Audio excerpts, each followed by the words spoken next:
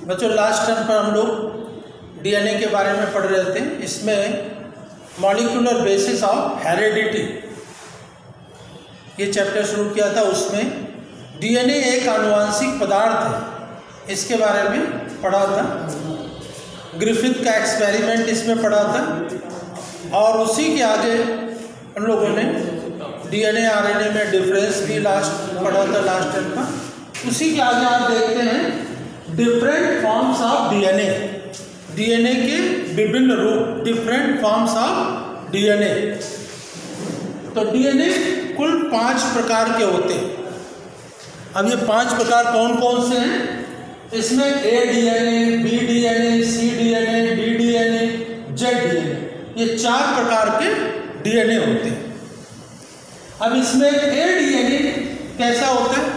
इनमें डीएनए का जो विभाजन किया गया, क्लासिफिकेशन किया गया है, वो किस आधार पर किया गया है कि डीएनए हेलिकल स्ट्रक्चर होता है और ये रस्सी के समान ऐठा होता है।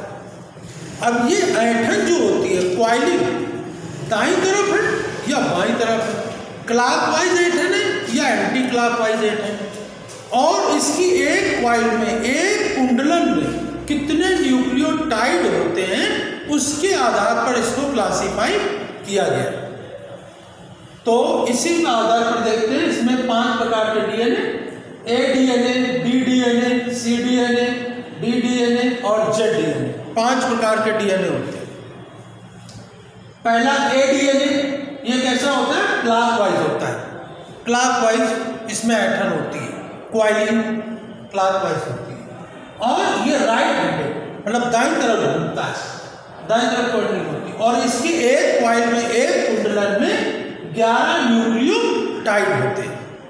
ये याद रखना, कितने न्यूक्लियोटाइड होते हैं एक कुंडलन में या एक क्वाइल में। इसी प्रकार से डी डीएनए में राइट हैंडेड क्वाइलिंग होती है, दाईं तरफ घूमता है, और इसकी एक कुंडलन में कितने न्यूक्लियोटाइड होते हैं? 10 न्यूक्लियोटाइड होते हैं। और ये 10 न्यूक्लियोटाइड जो होते हैं, जो इनका डिस्कशन, इनके बारे में वर्णन किसने किया था? वॉटसन एंड क्रिक ने। हम लोगों ने डीएनए का मॉडल किसका पढ़ा है? वॉटसन और क्रिक ने। तो इन्होंने जो डीएनए का डिस्कशन किया है वो बी डीएनए के बारे में ही बताया, लेकिन वैसे सारी डीएनए की संरचना वॉटसन और क्रिक के मॉडल की तरह ही होती है। तो ये बी डीएनए जो होता है, अधिकांश जितनी भी कोशिकाएं होती हैं उनमें फिजियोलॉजिकल जो कंडीशंस होती हैं उन सब में ये मुख्य रूप से होता है और ये भाग लेता है, बी डीएनए। इसके बाद सी डीएनए, यह भी राइट हैंडेड टर्न होता है, दाईं तरफ घूमता है, और इसकी एक क्वाइलिन में 9 न्यूक्लियोटाइड होते हैं, 9 न्यूक्लियोटाइड होते हैं इसकी एक क्वाइलिन में। इसी प्रकार से डी डीएनए में यह भी राइट हैंडेड होता है, दाईं तरफ टर्न करता है, और इसके एक क्वाइलिन में, एक कुंडलन में 8 न्यूक्लियोटाइड होते हैं। और इसी प्रकार से लास्ट में है जेड डीएनए, ये लेफ्ट हैंडेड क्वाइलिन होती है, ये बाईं तरफ घूमता है। इसकी जो ऐठन होती है, कुंडलन होती है, बाईं तरफ होती है, अर्थात ये एंटी क्लॉकवाइज घूमता है। और इसमें एक क्वाइल में, एक कुंडलन में 12 न्यूक्लियोटाइड होते हैं। तो इस प्रकार से इसमें ये 5 प्रकार के जो डीएनए हैं, इसमें A DNA, B DNA, C DNA और डी डीएनए, ये चारों राइट हैंडेड क्वाइलिंग होती है, और जेड डीएनए की लेफ्ट हैंडेड क्वाइलिंग होती है, पहली चीज।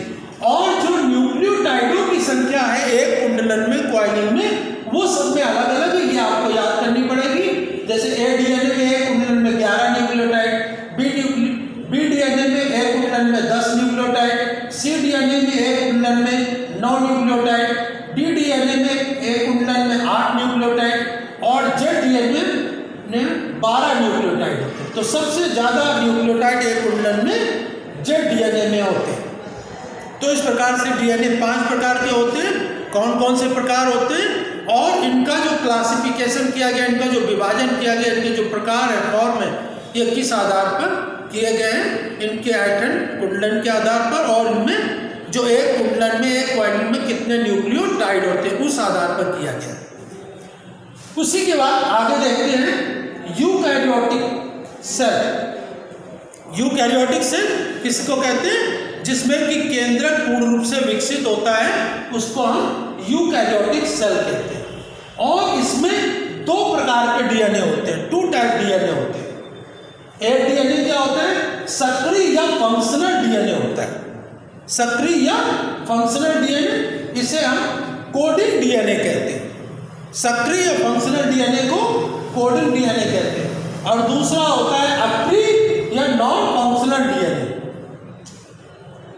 जो नॉन फंक्शनल होते हैं वो हेरिडिटी में, आनुवंशिक लक्षणों को पहचानने में और शरीर की क्रियाओं को नियंत्रित करने में सहायक नहीं होते, जबकि कोडिंग वाले ये भाग लेते हैं, ये आनुवंशिक लक्षणों को एक पीढ़ी से दूसरी पीढ़ी में पहुंचाने में सहायक होते हैं, जो कि कोडिंग वाले होते हैं, और नॉन कोडिंग वाले इसमें नहीं होते।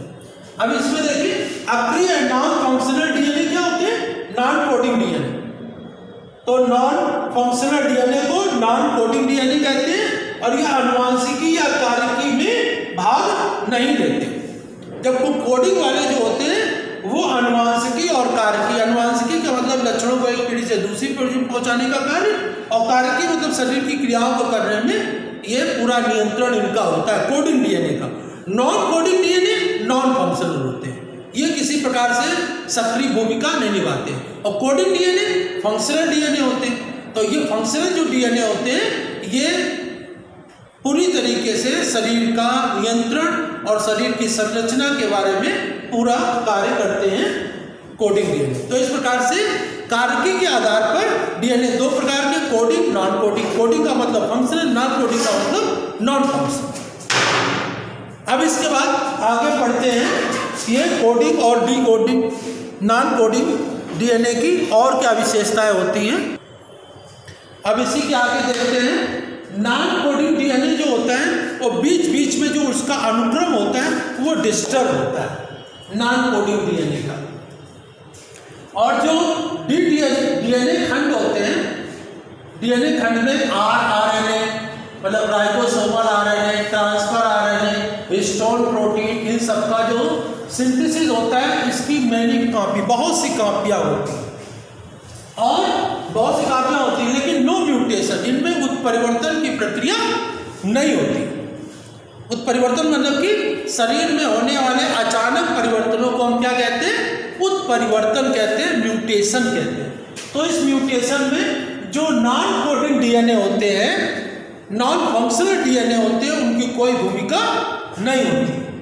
जबकि जो कोडिंग डीएनए होते हैं इनमें क्या होते हैं? इनमें विशेष खंड होते हैं कोडिंग डीएनए में, स्पेशल एंजाइम सिंथेसिस, इनमें विशेष प्रकार के एंजाइमों का संश्लेषण होता है कोडिंग डीएनए, और इनमें म्यूटेशन टेक्स प्लेस, इनमें उत्परिवर्तन की क्रिया भी होती है, और ये आनुवंशिक लक्षणों को एक पीढ़ी से दूसरी पीढ़ी में ले जाने का कार्य भी करते हैं। तो ये डीएनए का विभाजन, डीएनए के रूप कितने प्रकार के होते हैं? 2 प्रकार के, ठीक है ना। पहला इनकी क्वाइलिंग या कुंडलन के आधार पर, और इनमें पाए जाने वाले न्यूक्लियोटाइडों की संख्या के आधार पर किया गया, और दूसरा है इनकी क्रियाविधि के आधार पर। फंक्शनल है, नॉन फंक्शनल है। फंक्शनल को यहाँ पर नाम दिया गया कोडिंग डीएनए, नॉन फंक्शनल को काम दिया गया नॉन कोडिंग डीएनए। जो फंक्शनल होते हैं वो शरीर की सभी जैविक क्रियाओं को चलाने में भी सहायक होते हैं, और आनुवंशिकी लक्षणों को भी नियंत्रित करते हैं, आनुवंशिक लक्षणों को एक पीढ़ी से दूसरी पीढ़ी में पहुंचाने का कार्य भी करते हैं। और जो नॉन फंक्शनल होते हैं उनकी संख्या बहुत होती है, उनकी प्रतिलिपियाँ, उनकी कॉपी बहुत होती हैं, लेकिन वो सक्रिय रूप से आनुवंशिक लक्षणों को और शरीर की क्रियाओं को नियंत्रित नहीं करते हैं, उनकी कोई महत्वपूर्ण भूमिका नहीं होती। तो इस प्रकार से डीएनए की फॉर्म्स कौन कौन से होते हैं ये आपने पढ़े समझे, और इसी को आप लोग अपनी फेयर कॉपी में नोट करेंगे, याद करेंगे, ठीक है। नेक्स्ट टर्न पर हम लोग आगे पढ़ेंगे यूकैरियोटिक और प्रोकैरियोटिक डीएनए। यूकैरियोटिक और प्रोकैरियोटिक डीएनए में क्या डिफरेंस होता है या न्यूक्लियस, माइटोकॉन्ड्रिया और वो प्लास्टिड, लवक, इनके डीएनए में क्या डिफरेंस होता है। तो डीएनए भी जो यूकैरियोटिक, प्रोकैरियोटिक, माइटोकॉन्ड्रिया, क्लोरोप्लास्ट, इनके डीएनए में डिफरेंस क्या होता है, इसकी डिस्कशन हम लोग नेक्स्ट टर्म पर करेंगे। धन्यवाद।